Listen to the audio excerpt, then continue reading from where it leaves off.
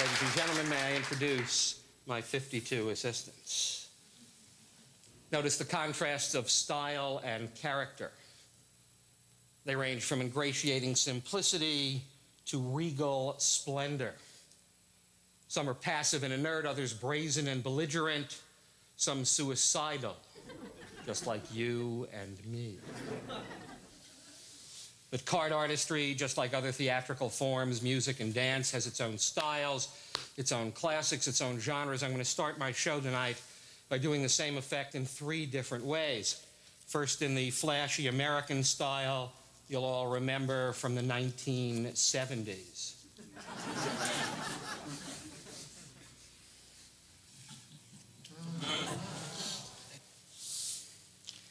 Well, on my way to the luckiest night of my life.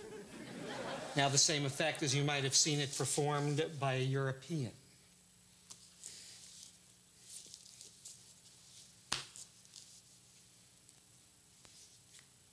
Ooh.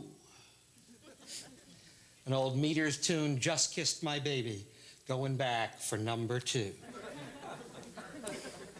Think about how much better this might look with a frilly shirt or a bow tie. Think about how much better I might look.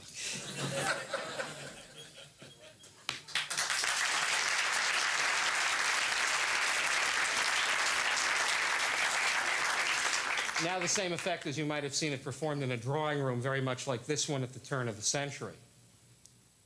Ladies and gentlemen, I shall endeavor to illustrate and show how futile are the attempts of plebeians to enter that select circle of society known as the beau monde, and indeed to show how such entree is prevented by the polite yet frigid exclusiveness of its gentler members.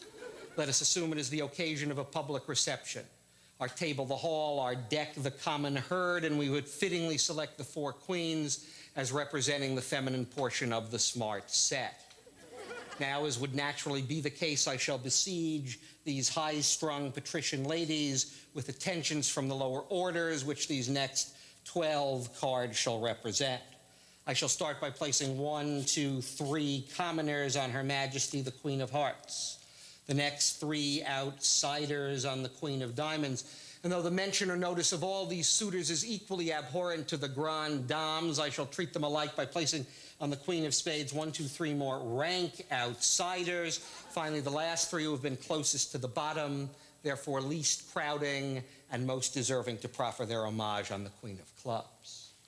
Ladies and gentlemen, as you have seen, I have brutally taken advantage of these tenderly nurtured and unsophisticated young creatures by placing them in positions which must be extremely galling to their aristocratic sensibilities. Can they endure? Can they endure? Yes. Yes. Indeed they can. Having some knowledge of the marvelous subtlety, resources, and finesse of the sex, I feel confident these women can, with tact and discretion, easily elude their persecutors and form a more congenial coterie amongst themselves. Watch first the Queen of Clubs.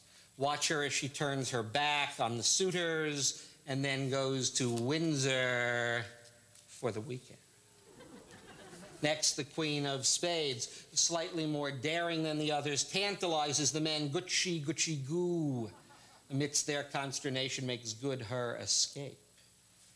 The Queen of Diamonds knows the aphorism, it's easiest to disappear in a crowd.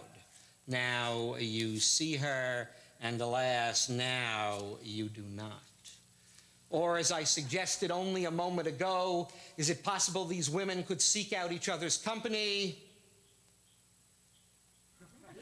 The fatal vanity of the sex could prove me correct.